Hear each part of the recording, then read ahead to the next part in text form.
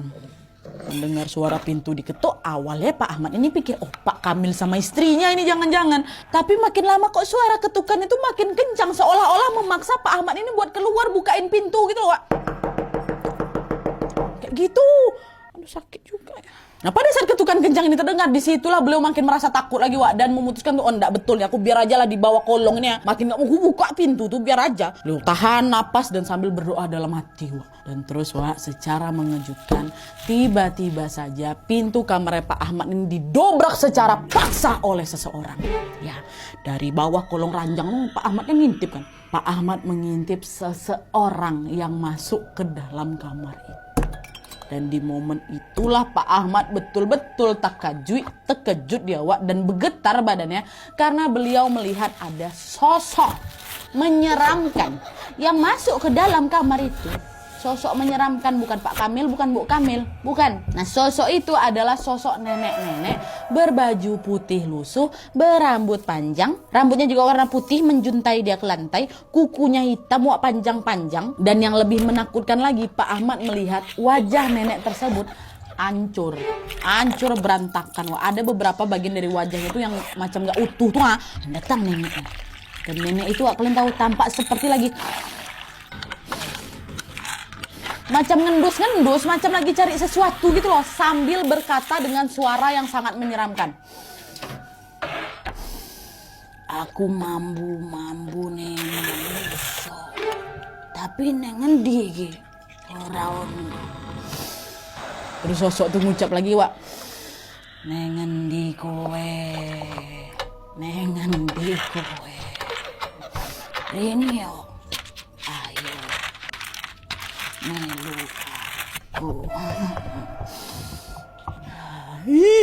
Nah, melihat pemandangan tersebut, apa nggak makin keringat dingin Pak Ahmad tua. Dan untungnya beliau tidak putus-putusnya melantunkan doa dan juga selawat. Ya Rabbi, ya Allah, astagfirullahaladzim, ya Allah, lindungi aku, ya Allah, ya Allah, ya Allah. Nah, nenek itu tetap mondar-mandir, Wak.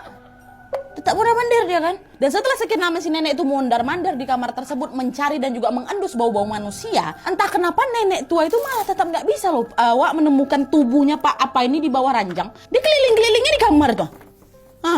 Dan mungkin kan udah capek kali si nenek ini kan. Nenek tua itu pun menyerah dan memutuskan untuk pergi deh keluar kamar. Dah, hawa dingin yang tadinya membuat bulu kuduk itu merinding, Wak, perlahan mereda, kata Pak Ahmad. Nah, tapi, Wak, meskipun sosok nenek tua itu udah pergi, hawa kamar udah balik normal lagi, Pak Ahmad itu tetap aja tuh memilih untuk berada di bawah kolong tempat tidur itu. Nggak mau beliau tuh keluar, Wak. Beliau takut kalau sosok tuh balik lagi, gimana? Dia jemput aku. Biarlah aku di bawah sini terus. Hingga akhirnya, Wak, setelah menunggu sekian lama dengan perasaan yang cemas dan tidak henti-hentinya merapalkan doa, azan subuh pun berkumandang, Wak. Barulah di situ Pak Ahmad memutuskan untuk keluar dari kolong kasur sambil mengucapkan Bismillahirrahmanirrahim. Dan mulailah beliau bersiap-siap menjalankan sholat subuh. Setelah sholat, Pak Ahmad pun juga merapikan tuh kamar yang tadinya berantakan. Kasur yang semalam beliau balik dan dibalikkan lagi ke keadaan semula, Wak. Dan dirapikannya spray semuanya.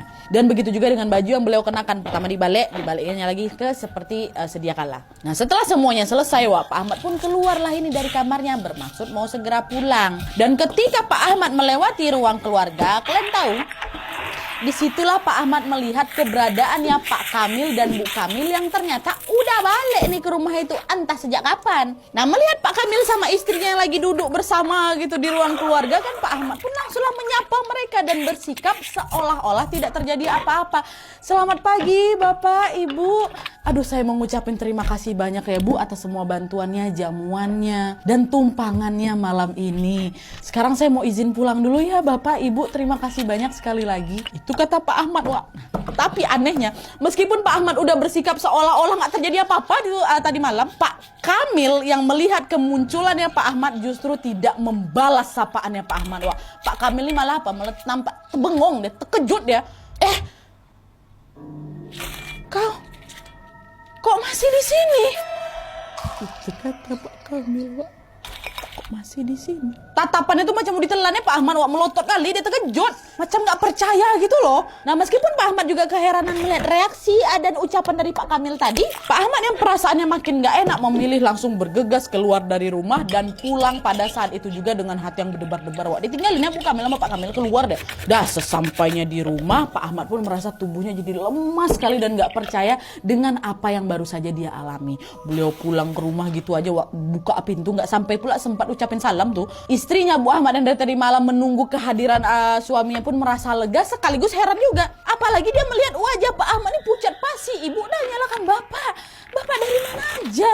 Baru kali ini loh Bapak jualan nggak pulang. Semalam Bapak kemana? Bapak tidur di mana Pak? Kemarin Bapak tidur di rumah teman Bapak. Kemalaman Bu Bapak kemarin. Nah di titik itu Pak Ahmad tidak menceritakan tuh apa yang terjadi kepadanya malam tadi kepada sang istri ataupun juga sama anak-anaknya. Karena apa? Karena Pak Ahmad ini takut lah kan buat keluarganya khawatir kan. Pak Ahmad diam aja. Diam, minta bawakan air minum. Ntar lu aku juga minum.